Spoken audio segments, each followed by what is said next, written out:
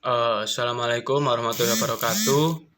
Baik, di sini kami dari kelompok 2 akan menjelaskan penerapan AMDAL dalam pengelolaan industri.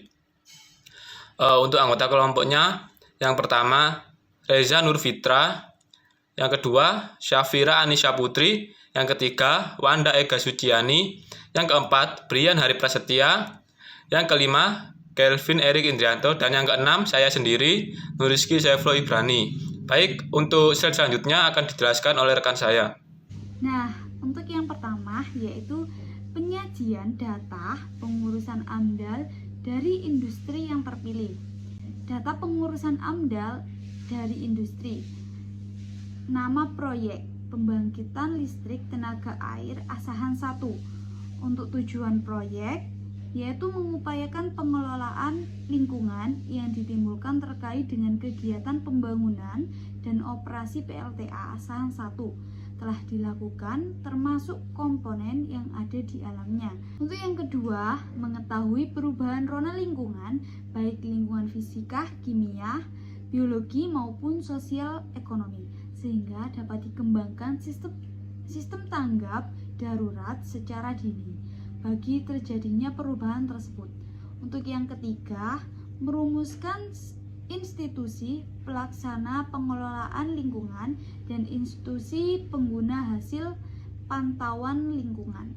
Ya baik, pada slide selanjutnya ada pemrakarsa dari PT Bajradaya Sentra Nusa yang lokasinya ada di Desa Ambar Halim, Desa Pintu Pohan, Desa Meranti Utara, Kalamata Pintu Pohan, dan Desa Tangga Batu serta di sekitarnya. Lalu untuk pelaksana pengelolaan lingkungan, yang pertama ada PLTA Asahan 1, yang kedua Dinas Lingkungan Hidup dan Pertambangan Kabupaten Toba Samosir, yang ketiga Dinas Tenaga Kerja dan Transmigrasi Kabupaten Toba Samosir. Untuk ruang lingkupnya, bagi pelaksana proyek digunakan pedoman dalam pelaksanaan program pengelolaan lingkungan hidup pada tahap pasca konstruksi hingga tahap operasi. Bagi pemerintah digunakan sebagai sumber informasi dan pedoman dalam pelaksanaan pembinaan, pengawasan, dan pelestarian lingkungan yang terdapat di sekitar lokasi. Dan bagi masyarakat digunakan sebagai sumber informasi untuk dapat mengetahui dan memahami tentang kegiatan PLTA Asahan 1. Next. Nomor 2, bahas besar dampak yang akan ditimbulkan dari aktivitas industri. Dampak yang dikelola adalah terganggunya kualitas dan kuantitas air sungai Asahan akibat kegiatan operasi dan perawatan PLTA Asahan 1. Sumber pencemaran dari ceceran minyak solar, dari tetesan mesin genset, pengisian bahan bakar, dan pembersihan mesin dan peralatan genset dekat bendung intake. Selain itu, sedimentasi dari air buangan kolam pengendapan menyebabkan kandungan minyak dan lemak senyawa fenol dalam air sungai Asahan, kandungan residu dan residu tersuspensi dalam air buangan, kandungan logam berat dalam air sungai. Ini akan sangat berbahaya mengingat Sungai Asahan juga dimanfaatkan penduduk di sepanjang Sungai Asahan untuk sumber daya perikanan. Jika air Sungai Asahan tercemar dengan residu serta senyawa fenol, maka ikan di dalam sungai tersebut akan tercemar juga oleh limbah tersebut. Itu akan sangat berbahaya bagi masyarakat sekitar sungai yang mengkonsumsi ikan dari Sungai Asahan ini. Baik, pada slide selanjutnya akan dilanjutkan oleh teman saya. Nah, untuk poin yang ketiga yaitu bahas tindakan antisipatif dan solusi yang dilakukan industri. Nah, yang pertama yaitu pendekatan teknologi. Pendekatan teknologi digunakan untuk mengelola potensi risiko dampak terhadap lingkungan, khususnya berupa penggunaan teknologi reklamasi dan penghijauan kembali pada areal-areal terbuka dan spoil bank 1 dan 2 baik untuk tanaman penutup maupun tanaman pohon agar dapat menunjang fungsi ekologi setempat. Yang kedua, penggunaan teknologi sederhana dan efektif melakukan upaya pengelolaan limbah non B2 seperti teknologi composting untuk limbah organik dan daur ulang untuk limbah lainnya. Yang ketiga, penerapan teknologi informasi terhadap seluruh jenis limbah B3 yang dihasilkan untuk menjamin pengelolaan dan efektif dan penerapan sistem manajemen LK3. Pendekatan sosial ekonomi. Pendekatan sosial ekonomi dalam upaya pengelolaan limbah PLTA asahan 1 dapat berupa yang pertama untuk aspek internal dengan melakukan pembauran secara intensif di antara pekerja asing Cina baik dengan pekerja lokal maupun masyarakat setempat. Yang kedua, untuk aspek eksternal berupa menjaga komunikasi secara berkala dan intensif terhadap masyarakat sekitar, baik melalui aparat tingkat desa, kelurahan, dan kecamatan maupun secara langsung dengan masyarakat beserta pemukanya. Hal ini untuk menjaga dan meningkatkan hubungan PLTA asahan 1 dengan masyarakat dan instansi pemerintah serta swasta. Yang ketiga, upaya peningkatan kapasitas masyarakat sekitar melalui program CSR yang disusun berdasarkan pendekatan kondisi sosial, ekonomi, dan budaya setempat.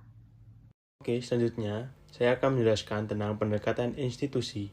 Di sini, pendekatan institusi diperlukan sebagai salah satu upaya pengelolaan lingkungan hidup PLTA ASEAN 1 seperti pengangkutan, pemanfaatan, dan pembuangan limbah akhir non B3 seperti sampah domestik, limbah kantor, yaitu kertas, plastik, kemasan, dan dapat bekerjasama dengan instansi pemerintah, yaitu Dinas Kebersihan dan Lembaga Pemanfaatan Limbah non B3. Yang kedua, pendekatan institusi kepada pengangkutan, pemanfaatan, dan pembuangan akhir limbah B3 dengan menunjuk lembaga swasta yang telah memiliki izin angkut, pemanfaatan, dan pembuangan akhir limbah B3. Yang ketiga yaitu kerjasama pengelolaan lingkungan dengan institusi terkait seperti Otorita Asahan, BLH Kabupaten Toba Samosir, dan lain-lainnya sesuai dengan komponen lingkungan yang dikelola. Di sini poin selanjutnya yaitu arahan dan tindakan koreksi hasil rekomendasi audit. Dari rekomendasi audit, di sini kita memiliki arahan dan tindakan koreksi yaitu perbaikan pengelolaan lingkungan hidup dengan fokus pada pengendalian pencemaran air dan tanah. Yang pertama yaitu pembuatan wadah-wadah pencegah tumpahan yaitu secondary containment untuk lokasi-lokasi yang masih menggunakan genset sebagai sumber listrik. Yang kedua yaitu melakukan analisa sifat kimia dan fisika material timbunan di spoil bank. Hasilnya digunakan untuk menetapkan perlu tidaknya kolam-kolam kontrol atau kolam pretreatment bila perlu sebelum aliran air yang melalui spoil bank dialirkan menuju Sungai Asahan.